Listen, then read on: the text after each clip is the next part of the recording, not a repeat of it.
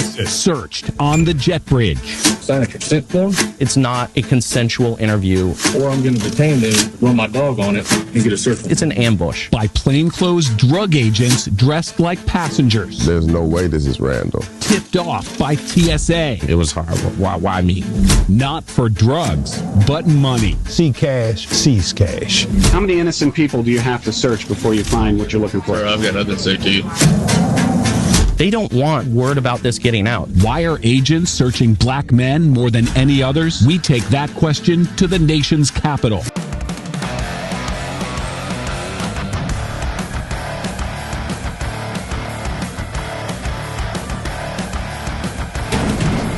I am Leroy Truth for Leroy Truth Investigations.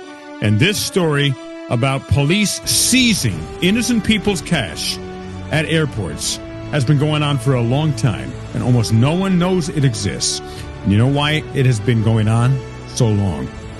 Because lack of accountability, lack of actual oversight. This is nothing more than egregious theft from innocent men and women who simply want to travel freely in airports throughout the United States and the world. Innocent passengers are being targeted and harassed by drug agents at airports across the country. They are seizing millions of dollars in cash without arresting anyone or finding any drugs. This investigative report exposes the troubling practice of civil asset forfeiture, where the burden of proof is on the passenger to prove their innocence. From actors and comedians to everyday travelers, people are speaking out about their experiences being detained and interrogated at the gate, often based on nothing more than the amount of cash they're carrying. This video delves into the legal and ethical implications of civil asset forfeiture, and, most importantly, calls for an end to this unfair and unjust practice. And that asset forfeiture was created to be so-called legal by our so-called politicians is despicable, disgusting, anti-American, anti-constitutional, and against our basic human rights. These people are not arrested. The money is arrested. Where we find a surprising alliance across the aisle. I think it was rotten to the core. Racial profiling. Off the backs of innocent citizens. Trying to stop the government from taking money from innocent passengers in plain sight. I'm Chief Investigator Brendan Keefe. They're standing right next to you at the airport gate, but you've probably never noticed the plainclothes drug agents who stake out the boarding door. They don't find a lot of drugs in these jet bridge searches, but they do find a lot of money. And we found them. And as he said earlier, is the money is guilty unless proven innocent. And this happens not only in airports, of course, ladies and gentlemen, but it happens throughout the country in traffic stops constantly. And you've seen numerous reports on YouTube probably, or in the news, where there's a gentleman who maybe he has $50,000, $100,000. He's going to buy a business or whatever his purpose is. He doesn't need to justify, or she, that they have cash. We have a right to own cash and to carry cash. But the civil forfeiture laws have made it so that we have to prove the innocence of the cash. That is completely upside down, and that needs to end immediately. And any politicians watching this now, you need to literally, congressmen, senators, assemblymen, assemblywomen in state governments, state senators, you need to immediately stop this practice. Hiding in plain sight at the busiest airport in the world. Drug agents walk the concourses, blending in by dressing just like passengers. This is a DEA task force officer scanning passengers boarding a flight for Los Angeles. There's another.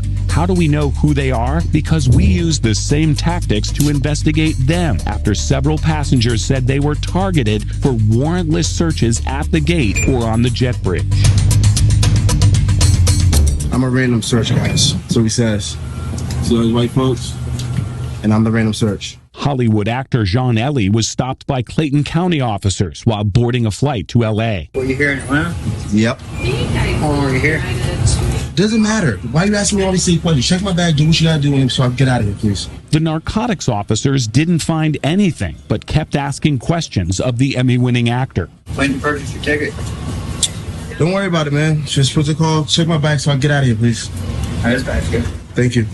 That whole thing is just so humiliating. Like, who thinks this is a proper way to treat anyone? Tabari Sturdivant is an Atlanta-based film director who was also flying to L.A. when agents stopped him at the departure gate. All my life, I pride myself on being an upstanding citizen, and you still do this to me. I'm clean, like I'll comply, but like, why me? Drug agents searched Tabari. Pause there a minute. And he says he will comply. We should not be complying with these unlawful, unconstitutional, illegal orders. But that's exactly what my mission is of my channel. To stop this government malfeasance and corruption. And see, alone, we get arrested. Like if that gentleman says, okay, he doesn't comply, he'll probably get arrested and his money gets seized. But that's why I am organizing the Army of Freedom. It's a peaceful army of fellow Americans that want to make America free again. Because alone we fall, united, they will not be arresting all of us. And we will be demanding, not asking, demanding of the politicians that they end this unconstitutional practice of civil asset forfeiture. It is so wrong. It should have never happened. It did. We let it because we elected these people and we heard about it, but we didn't say no in a unified voice. And we say that now. Bags in the boarding area in front of other passengers, some recording on their phones. I'm thinking more about, making this plane than I'm even thinking about my rights at this point. Is that part of their strategy, you think? I think it's 100%. Records show that DEA and local police rarely find any drugs or make arrests during what they call cold consent searches at the gate. I see the finish line to get on the plane. Everybody knows that feeling of getting, right at the door or getting on the jetway when you get blindsided. I'm like, man, I got to get on this flight. And they were like, if you let us do our job, I'll make sure you get on your flight. So I'm like, do what you got to do. They didn't find anything suspicious in Tabari's bag. So what were they looking for? He just is like, are you high? Have you smoked?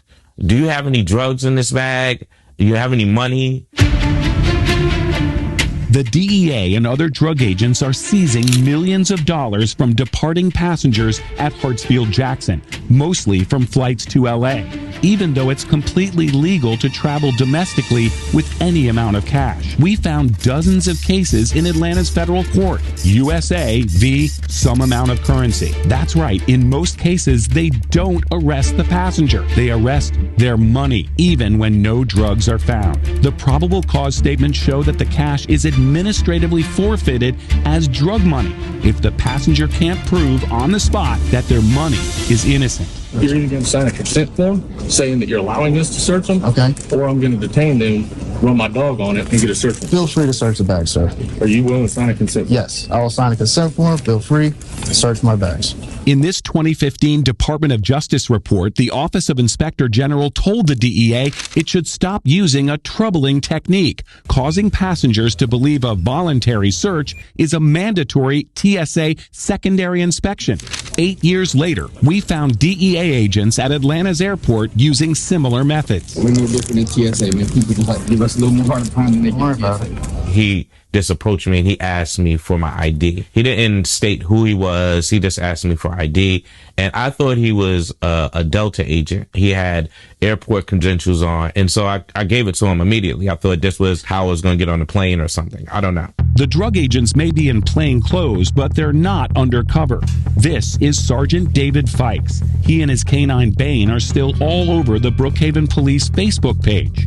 Since Fikes was assigned to the DEA task force at the airport last year, records show he's been involved in seizing more than $1 million in cash. His police department has received a 9% cut of that money, more than $100,000, even though Brookhaven PD is nowhere near the airport. If we have the ability to walk up to, say, Officer Fikes or to any one of these agents in the airport, what would you like us to ask them? How would you feel if somebody did this to you? How would you feel? We found Fikes and other plainclothes DEA task force officers by going to departure gates for LA flights. They stopped passengers at the boarding door, asking to see their documents before going through their carry-on bags. The searches we watched came up empty. The drug agents cased 3 different gates in Concourse A, blending in with passengers while we observed from a standoff distance. But it didn't take long before the task force officers spotted our phone and camera. Once they sat down, it was time for a cold consent interview of our own. Hey there, I'm with the news. You're Sergeant Fikes, aren't you? I'm with Atlanta News First. Okay. How many innocent people do you have to search before you find what you're looking for? Sir, I've got nothing to say to you. Another officer was behind me, out of sight, over my shoulder, giving hand signals to Fikes as I asked him questions. What about Tabari Sturdivant? Do you remember him? No? Took everything out your bag and put it all around in front of everybody and made you look like a criminal. Like, how would you feel, Officer Fikes? Why do people have to prove themselves innocent? You got nothing to say to these people? Drug agents seize $5,000 and up, most often when no drugs are found, even though it's completely legal to travel anywhere within the United States with any amount of U.S. currency without declaring it. So what do you do if you need to buy a used truck out of state? Kermit Warren is back on the road to recovery. His fight with the government finally in the rearview mirror. What does this truck mean to your livelihood? Everything. Without this, I can't make my money. I can't feed my family. It wasn't a hurricane here in New Orleans' lower Ninth Ward that took his life savings. DEA agents seized his $28,000 at the airport in Columbus, Ohio. They said we were notified that you had a lot of cash on you. I said, what is it against the law for me to travel with cash? I'm up here to purchase a truck. The pandemic took Kermit's job as the shoe shine man at a New Orleans hotel. So he and his son decided to start a towing business. They found this used truck for sale in Ohio and flew there with the cash to buy it. But they decided it wasn't the right truck for them. I said, I'm not going to get this vehicle. We're going to go to the airport. We're going to fly back to New Orleans. With the money. With the money. They left with the same money in this bag photographed when they arrived in Ohio. On the way home, Kermit told TSA at the Columbus airport he had a large amount of cash, and court records show the TSA informed the DEA agents, who seized the money without finding drugs. I wasn't arrested. I wasn't charged with any kind of crimes or anything. All they wanted to do was take my cash and send me back home. They didn't have to prove you were a drug dealer. You had to prove you weren't a drug dealer. That's correct, sir. I said, if you don't believe me, we have the number to the gentleman who we're going to buy the vehicle from. We have a description of the vehicle. We have pictures of the vehicle. Didn't want to hear any of that. It was just see cash, take cash. Kermit's father drowned here when the levees broke during Hurricane Katrina. His mother died soon after. They didn't have much, but what they had, they left to their son. And Kermit says that inheritance was among the money the DEA seized. Most of it was my life savings. I would take $100 per week and put on the side for like 25 years. How did Kermit eventually pay for a tow truck? He filed a claim for his own money in federal court. Drug dealers don't try to get their money back from the police. They say, well, this is the cost of doing business, right? That's correct. I would have chalked it up and said, that's just a part of that lifestyle. But I work hard for my money. Everything I have is from blood, sweat, and tears. Now he's back in the driver's seat here in New Orleans, the sun setting on the case after the nonprofit Institute for Justice represented him for free, and federal prosecutors agreed to drop the case and return his money. What was it like when the government gave you every single penny back? How did that feel? I knew I would get it back because I know one thing, I was innocent. Do you feel vindicated? Of course. Why wouldn't I? I'm fighting with everything living inside of me that this does not happen to anybody else. Who are drug agents targeting for these searches? We now have the answer. These logs document what we observed. Black men are searched more than any other group.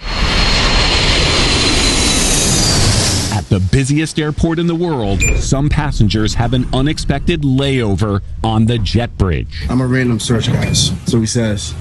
So those white folks, and I'm the random search. These Clayton County narcotics officers searched actor Jean Ellie. The same thing happened to comedian Clayton English. When they stopped me on that jet bridge, most of the other people that went past me seemed to be, white people. English has joined forces with fellow comedian Eric Andre. I had 2 agents whip out a badge, filing a federal lawsuit against Clayton County police accusing airport narcotics officers of racial profiling. The most hardcore drugs I have in my backpack are Propecia. Drugs are rarely found in these jet bridge searches, according to Clayton County narcotics logs obtained by Atlanta News First Investigates. Records that also show local police have seized more than $1 million in cash from passengers. We know that more than 90% of the people they search, they don't seize anything and they don't arrest anyone. Right. It didn't make sense to me at all. It felt like profiling because who's taking drugs to LA? Weed is legal out there, everything. Like, you're going to get what I don't see who's taking it out there. Maybe you should be catching somebody coming in. That might have made sense. Like, how many big dealers have you caught like this? Is this how you caught El Chapo? And then once I was actually given the statistics, I'm like, oh, okay. That's never what it was about. The comedians cite national statistics showing 8% of air travelers are black. Their lawsuit accuses Clayton County officers of stopping black passengers at a rate 7 times that national average. In a little more than a year and a half, Clayton County officers searched more than 360 passengers on the jet bridge. That's enough to fill 2 737 jetliners. Travel statistics show 1 out of every 3 airline passengers is a person of color. But according to Clayton County logs, their officers searched passengers of color at double that rate. Black passengers overall made up the majority of those searched, 54%. And black men were by far the largest group. 46% of passengers stopped on the jet bridge. The odds of it being random and it coming out to where all the people that you're pulling over are black people, are people of color, or some ethnic group, it's like, no, there's no way this is random. There was a handful of black people. My flight was full. So let's say it was 200 people on the flight and maybe 5 to 10 black people on the flight period. You didn't see any white people stopped getting on your flight? No, absolutely not. Film director Tabari Sturdivant was also boarding a flight to LA when he was searched by federal drug task force officers. I travel around the world and I've seen different things. I've seen random, you put your ticket on it, boop, this is a random check all over the world. Why am I in my hometown, Atlanta, Georgia, that, you can totally humiliate me and just disregard my rights? Atlanta News First Investigates tracked the plainclothes task force officers through the airport. Records show the federal agents describe the searches as random, consensual encounters. But the same records detail how they selected specific passengers. Observed a man who appeared nervous. Why you? Why did they pick you? I had a black hoodie on. I had an expensive duffel bag around my back. I had some expensive shoes on. That's not a crime. It's not a crime. But designer bags show up repeatedly in the federal forfeiture filings and DEA evidence photographs. Brown Gucci bag, black Louis Vuitton backpack. They're saying Atlanta to Los Angeles is a drug trafficking route. Right. But it's also a route for entertainment. Black man with a designer bag flying to LA might be in the film industry, not the drug industry. Right. The only reason I can think is because they look like they're not supposed to have something that nice. Or you think that this person shouldn't be able to afford this item based off their skin color. This is the form DEA agents were required to fill out 20 years ago, showing the race and ethnicity of passengers they searched. But the Department of Justice Inspector General discovered the DEA has not collected any such data regarding cold consent encounters since 2003, in part because there were too many in a day. The IG report said the Department of Justice noted cold consent encounters are more often associated with racial profiling. Okay, wait a minute. I'm not even allowed to get on a plane to go do work without being, profiled. The Clayton County search logs are heavily redacted, but Atlanta News First Investigates was able to see behind the redactions, showing the local officers received training from the DEA task force in a 3-day federal program called Operation Jetway. We got those records from attorneys for the two comedians, but when we asked for the same exact records directly from Clayton County, the section about officers getting federal training wasn't redacted. It was completely missing. You're taking people's money based off an assumption, not facts, not evidence, and it's really not much recourse for the people. So, yeah, something definitely needs to be done. This is movie prop money, the equivalent of hundreds of thousands of dollars. I traveled legally with this simulated money in my carry-on bag through TSA 7 times in multiple cities, and I was never stopped or questioned. Others weren't so lucky. TSA has one mandate, securing air travel. But screeners are looking for more than just weapons or explosives. They're also looking for money. TSA Rule 100.4 tells screeners to alert police when they spot large amounts of currency concealed within someone's bag, even though traveling with large amounts of currency is not illegal. The cash that appeared to be hidden.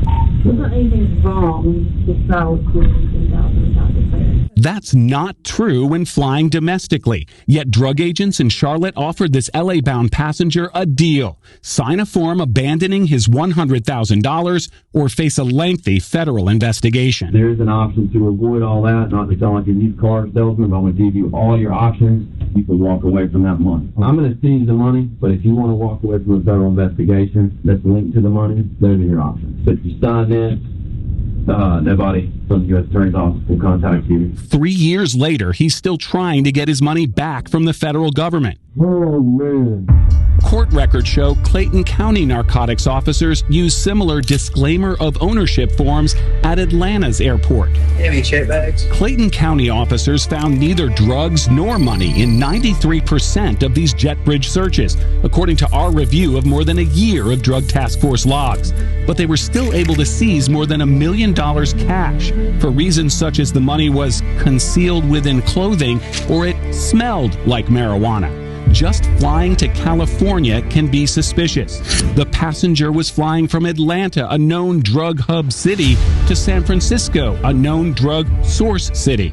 Civil forfeiture is actually easier than criminal forfeiture. Dan Albin and the Institute for Justice have successfully sued the DEA and other agencies to get passengers' money back. Perversely, it's actually easier to forfeit someone's property from an innocent person who is not charged or convicted of a crime than it is from a criminal defendant who actually is convicted of a crime. In nearly all airport cash seizures we've reviewed, no drugs were found and the passengers were not arrested or charged with a crime. In the vast majority of these cases, they just take the money. They don't take custody of the person. They, in effect, arrest the money instead of the person. That's absolutely right, especially in airport interdictions. It's almost always someone's cash is seized, but they're allowed to continue traveling to board their flight. On location during this interview or interrogation, you are effectively required to prove that your money isn't from drugs in order for them not to take it right there on the scene. The way that law enforcement conducts interdiction,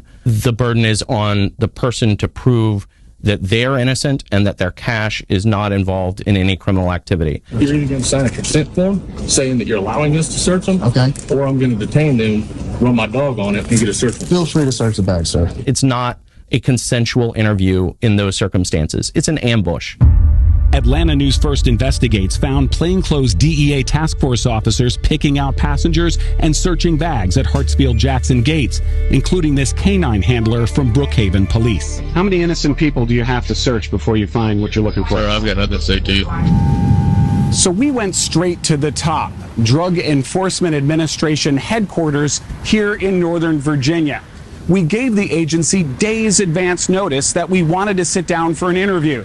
But after we arrived in the nation's capital, the DEA said it didn't have time to answer our questions about the airport searches. They don't want word about this getting out. They don't want the public to know about what they're doing. They want to be able to continue seizing money from innocent people that they never charge with a crime so that they can keep that money and put it back into their slush funds that they can then spend on any activities they want, including generating even more revenue for DOJ, DEA, and these other agencies. How much revenue? $1.3 billion. That's how much cash the Department of Justice seized last year alone. The DEA seized more than any other agency, and airport interdiction made up most of the DEA seizures. But where does all that money go? Into this forfeiture fund. The Department of Justice, according to a federal audit, has amassed a fund of $5 billion from cash seizures, and the agency can spend that money however it pleases. Congress wants to change this. From battleground to common ground, unlikely allies are joining forces in the nation's capital. In this country, we believe that everyone is innocent until proven guilty. A deprivation of civil liberty that can happen to any of us. They just took it and they said, sue us. Have you ever tried suing the government? It's not that easy to sue the government. Members of Congress are responding to our investigative series exposing drug agents hiding in plain sight at airport gates, seizing cash from passengers without arresting them. This isn't criminal asset forfeiture where you arrest someone and then take their assets as part of the criminal prosecution. They're not charging them. They're arresting the money, not the person. In fact, I think technically the charge is against the money. It's bizarre. It's some old maritime law or something from way back when, but they charge the money, not the person. But I think the important thing is it's turning justice on its head. You're supposed to be innocent until proven guilty. Not, oh, you're guilty, give me your stuff, and then you can have it back if you prove you didn't get it through ill-gotten gains. And that's not the way our country's supposed to work. Here, in a divided United States Capitol, this issue is bringing both Republicans and Democrats together. It's about both civil rights and civil liberties. Oftentimes they are the same. The vast majority of people they're stopping are people of color, and the largest single group is black men. It's a matter of racial profiling. Georgia Congressman Hank Johnson is one of 9 Democrats and 9 Republicans co-sponsoring the Fifth Amendment Integrity Restoration Act. The power of the government to simply seize property just based on a belief, a mere belief, an unfounded belief even, that property is associated or connected with criminal activity. But not off the backs of innocent citizens. And you'll catch some crooks in this process as well. But sadly, we're catching too many innocents who have to fight their way out of this bind, and many of them can't do it. Michigan Republican Tim Walberg has filed his bill over and over for nearly a decade. Criminals, actual criminals, have more rights than innocent people who have their money taken. Under civil asset, criminals have more. That's why civil asset is such a valuable tool. It can be used well, but it can be abused. And because you don't have to meet the standards that you would for a criminal asset forfeiture.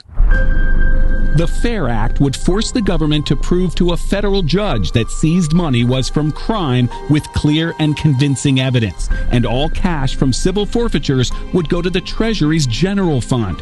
Federal agencies and local police would no longer get to keep the money they seize. It's a perverse incentive. That unified message is echoing across the aisle, pushing the FAIR Act through a House committee for the first time by unanimous vote. That unanimous vote didn't happen in just any committee. The bill passed out of Judiciary, the setting for some of the most partisan battles in recent years. Yet Republicans and Democrats appear to agree on at least one thing: to make it harder for the government to seize money from innocent people. I think it was rotten to the core. It's now passed through a committee in the House, and we're hoping to pass it in the Senate as well. Some law enforcement groups have pushed back against the bill, including the National Sheriff's Association, saying it would be a gift to the drug cartels. While the FAIR Act awaits a vote on the House floor, we went back to Atlanta's airport after our series of investigative reports. Checking multiple LA-bound flights, we found no plainclothes drug agents hiding in plain sight. And a check of the court shows no new forfeiture cases have been filed to take passengers' money. Whether or not they're watching for you, we'll keep watching for them. Good night. What are your thoughts? What are your feelings? What should be done on the entire war on drugs? Should it end? Should it be expanded? I want to hear your comments in here. I appreciate your support. Please like this channel. Please subscribe to my channel. Please share this video. And remember, as Martin Luther King said, the problem is not that we are outnumbered. The problem is that we are outorganized. And I am organizing us in the peaceful Army of Freedom. Join the Army of Freedom now. Go to thearmyoffreedom.com. Takes 10 seconds to join. You get more details on what it is when you go there. Thanks for your support.